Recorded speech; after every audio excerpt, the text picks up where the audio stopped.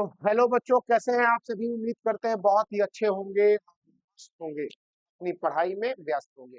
बच्चों, जैसा कि पिछली क्लास में थोड़ी सी टेक्निकल ग्लीच के कारण बीच में ही क्लास रुक गई थी, तो फिर उसी वहीं से हम लोग इसको शुरू करेंगे। जैसा कि पिछली क्लास में हमने जो है मेकिंग ऑफ इंडियन कॉन्स्टिट्यूशन पर काम किया था, मेकिंग ऑफ इंडियन कॉन्स्टिट्यूशन के बारे में पढ़ा था, भारतीय संविधान के निर्माण के बारे में। आज भी हम लोग उसी पे आगे कंटिन्यू करेंगे। तो पिछली क्लास में बेटा हम लोगों ने देखा था, हमने पिछली क्लास में पढ़ा था प्रस्ताव। हम लोग देख रहे थे कि 13 दिसंबर को क्या होता है। 13 दिसंबर को जो है पंडित जवाहरलाल नेहरू ने 13 दिसंबर 1946 की बात हम लोग कर रहे थे। आज यहीं से इसको शुरू करते हैं। 13 दिसंबर 1946 को पंडित नेहरू ने, अब नेहरू का मतलब आप लोग जवाहरलाल नेहरू को समझिएगा, क्योंकि ये 1946 चल रहा है। देखिए, पंडित नेहरू ने उद्देश्य प्रस्ताव लाया। बेटा ऑब्जेक्टिव रिजोल्यूशन कहते हैं इसको। उद्देश्य प्रस्ताव को ऑब्जेक्टिव रिजोल्यूशन कहते हैं। ये उद्देश्य प्रस्ताव इसलिए हम जान रहे हैं क्योंकि उद्देश्य प्रस्ताव ने संविधान सभा की दिशा को तय किया कि किस दिशा में उन्हें आगे बढ़ना है। और इस उद्देश्य प्रस्ताव को लेकर संविधान सभा के किसी भी सदस्य में कोई मतभेद नहीं था। इसलिए संविधान सभा के सभी सदस्यों ने इस उद्देश्य को इस प्रस्ताव को 22 जनवरी 1947 को 22 जनवरी 1947 को सर्वसहमति से स्वीकार कर दिया। बेटा सब लोगों ने इसे स्वीकृति दे दी, सर्वसहमति से स्वीकार कर लिया। ठीक है, आप देखेंगे कि इस उद्देश्य प्रस्ताव को हम इतना महत्व क्यों दे रहे हैं, क्योंकि इसने दिशा तय किया और आगे चलकर थोड़े संशोधनों के साथ, कुछ परिवर्तनों के साथ उद्देश्य प्रस्ताव भारतीय संविधान का प्रस्तावना के रूप में दिखाई देता है। प्रस्तावना के रूप में दिखाई देता है। तो यही आगे चल के इंडिया का प्रियम्बल बना, प्रियम्बल का रूप धारण करता है। इस ऑब्जेक्टिव रिजोल्यूशन को 13 दिसंबर को नेहरू जी ने संविधान सभा में लाया। ठीक है, अब हम देखते हैं बेटा और क्या हुआ। तो देखो, कुछ महत्वपूर्ण चीजें हम लोग इसमें देख लें, क्योंकि मैंने आपको बताया था कि ये फैक्चुअल टॉपिक है। ये जो चैप्टर है ये फैक्ट से लबालब भरा हुआ है। यहाँ प्रीलिम्स बीपीएससी में आप देख लो, यूपीपीसीएस में देख लो, यूपीएससी में देख लो, प्रीलिम्स में भी क्वेश्चन आएंगे तो वो हमेशा हमेशा कैसे आते हैं, तो वो हमेशा फैक्ट से रिलेटेड आता है। ठीक है, तो इस पे थोड़ा सा हमें ध्यान देना होगा। तो देखिए, 13 दिसंबर को ये हुआ। इसके बाद एक और महत्वपूर्ण घटना देखते हैं हम लोग। 22 जुलाई 1946, सॉरी 47, 22 जुलाई 1947 क्या होता है इस दिन। तो 22 जुलाई 1947 को राष्ट्रीय ध्वज को स्वीकार किया गया। संविधान सभा ने राष्ट्रीय ध्वज को स्वीकार कर लिया, स्वीकार किया गया। राष्ट्रीय ध्वज को स्वीकृति मिल गई 22 जुलाई 1947 को। इस बात को ध्यान में रखिएगा। इसके बाद आप देखेंगे 22 जुलाई के पश्चात आप देखेंगे कि और भी कुछ महत्वपूर्ण डेट्स जहां पर कुछ घटनाएं हुई। तो आप देखेंगे कि 22 जुलाई के बाद हम देखते हैं 24 जनवरी की जगह हम बात करते हैं 24 जनवरी 1950। बेटा 24 जनवरी 1950 ये वो दिन है। इस दिन राष्ट्रीय गीत और राष्ट्रीय गान को स्वीकार किया गया। राष्ट्रीय गीत और राष्ट्रीय गान को स्वीकार किया गया था, यानी नेशनल एंथम और नेशनल सॉन्ग को एक्सेप्ट किया गया। किस दिन? 24 जनवरी 1950 को। इस बात को आप लोग ध्यान में रखिएगा। अब हम आगे बढ़ते हैं। इन डेट्स के बाद कुछ और डेट्स की बात करेंगे। जैसे हम 24 जनवरी की बात किए थे, अभी भी 24 जनवरी की हम बात कर लेते हैं। 24 जनवरी 1950 पहला काम तो वहां पर मैंने आपको बताया कि राष्ट्रीय गान और राष्ट्रीय गीत को स्वीकार किया गया। इसके साथ साथ डॉक्टर राजेंद्र प्रसाद को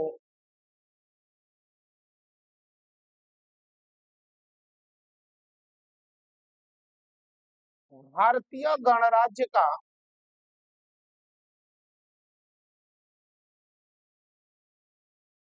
राष्ट्रपति राष्ट्रपति बनाया गया। ठीक है, राष्ट्रपति बनाया गया, इस बात को ध्यान रखिएगा। 24 जनवरी 1950, इस डेट को ध्यान रखना है। दो दो इंपॉर्टेंट काम कि राष्ट्रीय गान और राष्ट्रीय गीत को स्वीकार किया गया और उसके साथ साथ राजेंद्र प्रसाद जी को राष्ट्रपति बनाया गया। अगला काम जो है इंपॉर्टेंट, इसमें आप देखेंगे कि भाई आपसे पूछा जाता है कि हमारे संविधान कंप्लीटली कब बना दिया गया।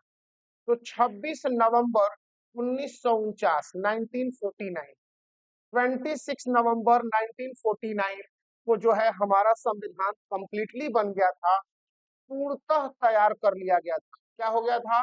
पूर्णतः संविधान तैयार कर लिया गया था। तैयार करने में कोई दिक्कत नहीं थी भाई, तैयार हो गया था। ठीक है, तैयार कर लिया गया था, इस बात को ध्यान रखिएगा। ठीक है, पूर्णतः तैयार कर लिया गया था। लेकिन इसी दिन, इसीलिए बेटा आप देखते होंगे कि 26 जनवरी को हमारे देश में संविधान दिवस के रूप में मनाया जाता है। मतलब it is celebrated as constitutional day, संविधान दिवस के रूप में इसे मनाते हैं।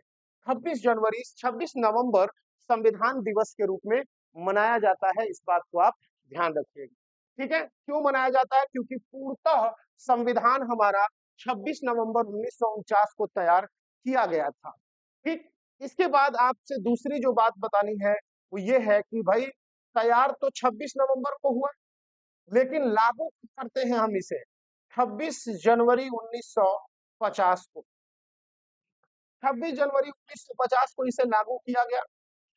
मेरे प्यारे बच्चों, 2 महीने 2 महीने 26 नवंबर से 26 दिसंबर और 26 दिसंबर से 26 जनवरी तक का वेट किया गया। क्यों वेट किया गया? क्या कारण था कि 2 महीने रुकना पड़ा संविधान के लिए? तो बेटा इसलिए लागू करने में समय लगा क्योंकि 26 जनवरी 1930 को पहली बार पूर्ण स्वतंत्रता दिवस मनाया गया था। पहली बार पूर्ण स्वतंत्रता दिवस मनाया गया था।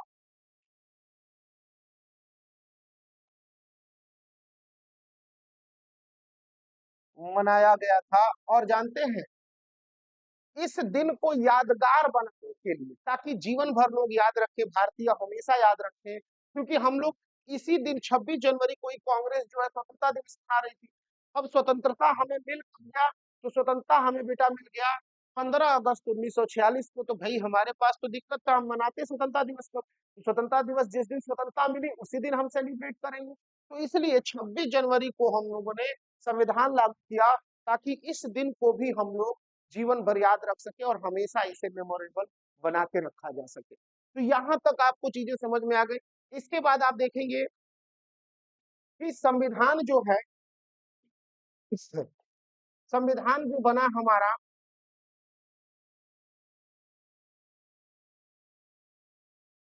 संविधान के निर्माण में तो देख लो यहाँ पर कुल खर्च, तो यहाँ पर बेटा लगभग में हम लोग देखेंगे लगभग 64 लाख रुपए। ठीक है, क्या हुआ था? लगभग 64 लाख रुपए।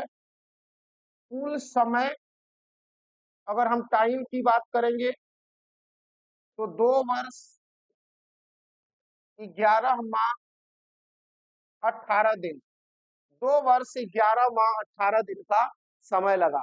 तो इन दोनों बातों को आप ध्यान में रखिएगा कि खर्च कितना लगा, तो 64 लाख रुपए लगा लगभग, और वो समय कितना लगा, तो 2 वर्ष 11 माह 18 दिन का समय लगा संविधान के निर्माण में।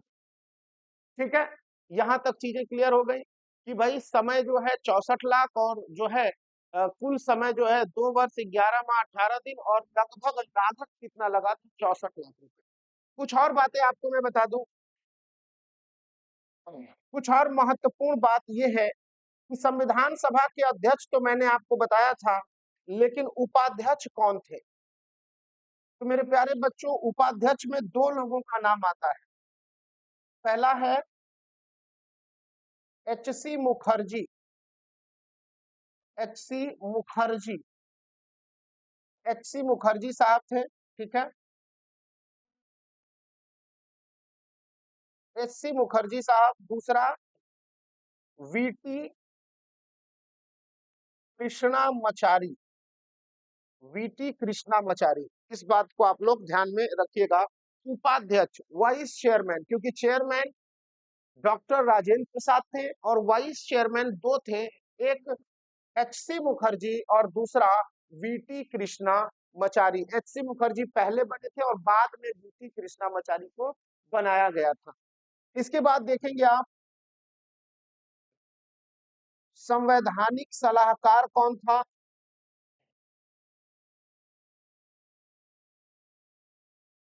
संवैधानिक सलाहकार, कॉन्स्टिट्यूशनल एडवाइजर किसको कहते थे हम लोग? तो उस व्यक्ति का नाम था B N. Rao. B N. Rao. B N. Rao constitutional advisor के पोस्ट पर, ठीक है, कॉन्स्टिट्यूशनल एडवाइजर के पोस्ट पर बी.एन. राव को रखा गया था, ठीक है। तो ये महत्वपूर्ण बिंदु यहाँ तक थे। इसके बाद आप देखेंगे जैसे कुछ और भी फैक्ट्स आप देख सकते हैं। जैसे क्या देख सकते हैं, तो संविधान सभा में कुल महिलाओं की संख्या कितनी थी?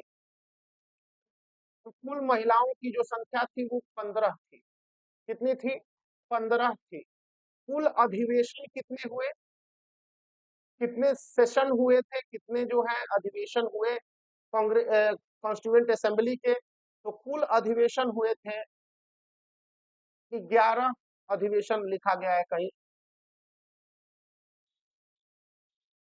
11 अधिवेशन को दिया जाता है मान कि 11 अधिवेशन हुए थे, कहीं कहीं 12 भी बताया गया है, ठीक है। तो कुल महिलाओं ने 15 जो महिलाएं शामिल हुई और कुल अधिवेशन 11 हुए। बी.एन. राव के बारे में कहा जाता है कि बी.एन. राव जो थे वो संविधान सभा के सदस्य नहीं थे, वो सलाहकार बस बनाए गए थे, वो मेंबर नहीं थे कॉन्स्टिट्यूएंट असेंबली के, ठीक है। तो इस तरीके से जो है फैक्चुअल चीजें, बेटा मैंने पहले ही बताया था कि फैक्चुअल होगा तो फैक्ट्स आप इसको देख सकते हैं।